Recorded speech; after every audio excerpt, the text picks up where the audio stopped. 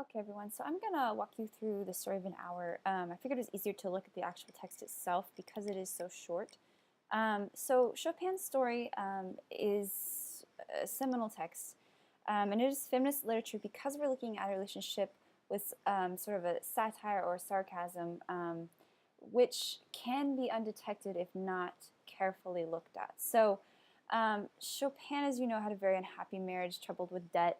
Um, and this story is a critique of really the institution of marriage. So we begin with the fact that Miss Mallard, her husband, has supposedly died, and everyone says that knowing that she's a great heart trouble, they break the news as gently as possible of her husband's death, and they look to see if she's all right, and she's sort of standing there facing the window, um, standing looking out into really a chance at freedom for the first time.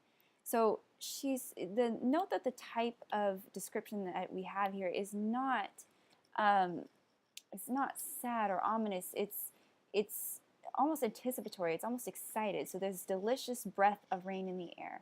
Um, there's a distant song which is reaching her. Sparrows are twittering. So we have this sort of breath of spring in the air. This is not the atmosphere that you would associate with a woman who's supposedly standing at the window grieving over the death of a husband. So we see this sort of patches of blue sky. So all of these signs of hope. And she's sitting there quietly, and something sort of happens to Miss Mallard, and she says that some feeling, something's coming to her. What was it? She did not understand. It was too subtle and elusive to name. But it was sort of this sound, this thought, this scent, this color, all of this comes together, and she sort of starts breathing very, very heavily. And she realizes this thing that hits her is freedom. And she starts to cry, free, free, free. And the terror that she had is gone, and she only sees hope and freedom. So at this point, what we're seeing is a woman who feels free from the constraints of marriage. Now, we don't know what the marriage was.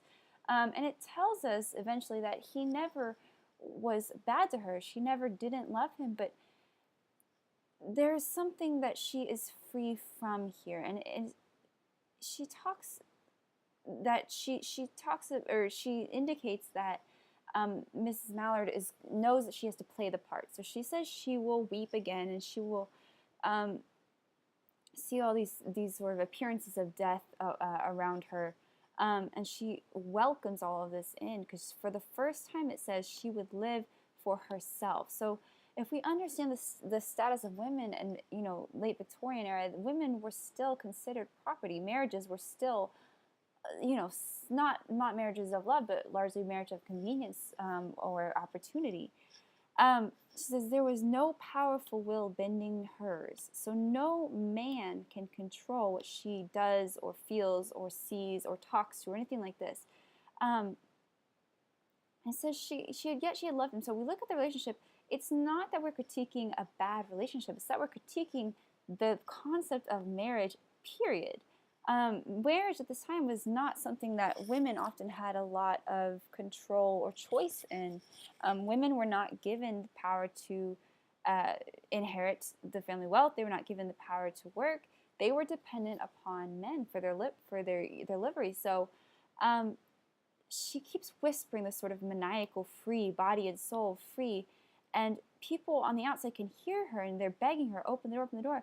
And she says, you're going to make yourself ill. And she says, no, I'm not ill. So she was drinking in the very elixir of life through that open window. So the symbolism of that open window is an open area, that freedom calling to her is quite important. And so she has this beautiful thought, and she runs and opens the door, and there's this triumph in her. She's almost just lit up with feverish joy. And she clasps her sister, and they go down the stairs, and someone's waiting for her at the bottom, and then there's a turn in the latchkey. And when they open the door, it's her husband, Brentley Mallard, who was not dead. He wasn't even at the accident. So he stood, and he hears this amazing cry from her. And Richard quickly tries to screen her from his view. And we have this unbelievable twist at the very end. It says, when the doctors came, they said she died of heart disease, of the joy that kills. So we look at this, and they think she died because of the joy of seeing her husband again.